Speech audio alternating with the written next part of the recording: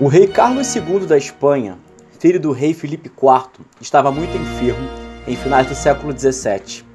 Carlos não podia ter filhos e a sucessão ficou entre o neto de Luís XIV, o príncipe Felipe de Anjou, e o arquiduque Carlos, irmão do imperador da Áustria, José I. Carlos II, em seu testamento, alegou que Felipe de Anjou seria o herdeiro da coroa, contanto que a França e a Espanha não poderiam unir as duas coroas por eventualidades óbvias. Os vizinhos europeus da França tinham razão para temer o crescimento substancial da França com o neto de Luís XIV na coroa espanhola. Além da França ainda permanecer como principal potência da Europa, havia contraído diversas dívidas, e seus inimigos temiam que Luís XIV uniria mesmo que não oficialmente os dois reinos. O poderio espanhol ainda era grande, possuía um reino de Nápoles, reino da Sicília, ducado de Milão, Países Baixos espanhóis e um grande império colonial que nunca dormia, no total 22 domínios distintos. O arquiduque Carlos, filho mais novo de Leopoldo I, fruto do terceiro matrimônio com Leonor do Palatinado, reivindicava o trono espanhol pela sua avó paterna, que era a filha mais nova de Filipe II, enquanto Filipe de Anjou era neto da filha mais velha de Filipe IV, Maria Teresa, esposa de Luís XIV.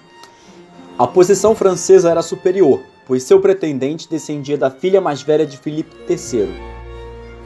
Carlos II morreu em novembro de 1700, e Filipe de Anjou se tornou rei Filipe V, e automaticamente a Espanha entra na guerra em 1701, junto com a França de seu bisavô Luís XIV, contra praticamente toda a Europa. Luís não se intimidou, e o país vai praticamente à ruína, com más colheitas, fomes e briga em todo o país por comida. A guerra continuou durante praticamente o resto de reinado de Luís XIV. Os franceses tiveram algum êxito no fronte, chegando quase a capturar Viena. Mas a vitória da Batalha de Blenheim dos aliados austríacos e outras derrotas como a Batalha de Ramillies e a Batalha de Oudenarde, unido à dívida crescente que fez com que a França tomasse uma postura mais defensiva. Além disso, duas grandes crises de fome atingiram a França entre 1693 e 1710, causadas por perda nas safras e também pelas demandas de tempos de guerra, levando à morte de mais de 20 milhões de pessoas.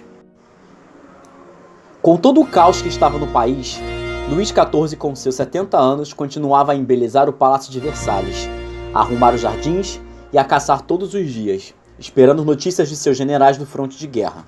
Contudo, Luís fazia um feito extraordinário: lidar todos os dias com frontes de guerras, gastos com o exército e fora a administração pública de seu país.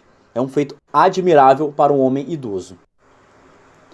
Além dos problemas de seu país, Luís XIV teve de sofrer com perdas ainda maiores. Seu filho, o chamado Grande Delfim, morreu em 1711, depois seu neto, o Duque de Borgonha, e a sua jovem esposa. Durante o seu luto, o seu filho, e 2 semanas depois, seus 2 bisnetos adoeceram gravemente. Apenas um sobreviveu. Na Espanha, a situação não era menos grave. Além de estar em guerra, também enfrentavam uma guerra civil. Os antigos reinos de Aragão, do leste da Espanha, se rebelaram com promessas do arquiduque Carlos de devolver antigos foros e privilégios para quem o ajudasse a usar a coroa da Espanha. O resto da Espanha estava a favor de Filipe V. Havia um problema para as tropas francesas se juntarem às espanholas.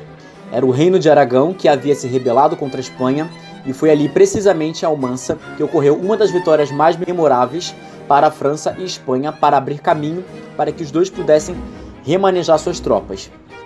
Em 1711, morre na Áustria José I da Áustria. O seu sucessor é o irmão, o arquiduque Carlos, que reinaria como Carlos VI da Áustria. No ano seguinte, em 1712, os franceses venceram os considerados invencíveis austríacos. Uma Europa cansada e arruinada em guerra envia para a cidade holandesa de Utrecht o último tratado de paz para ambos os lados. Esse tratado também começa a redesenhar as novas propoderâncias europeias, com a Inglaterra como potência eminente e a queda gradativa da França. A Espanha foi obrigada a entregar o território dos Países Baixos, reinos na Itália como Nápoles, Toscana e Sicília, Sardenha, entre outros, Tudo para que os vizinhos europeus reconhecessem Filipe V como rei da Espanha. A França e a Espanha venceram a guerra, mas o domínio francês chegava ao fim.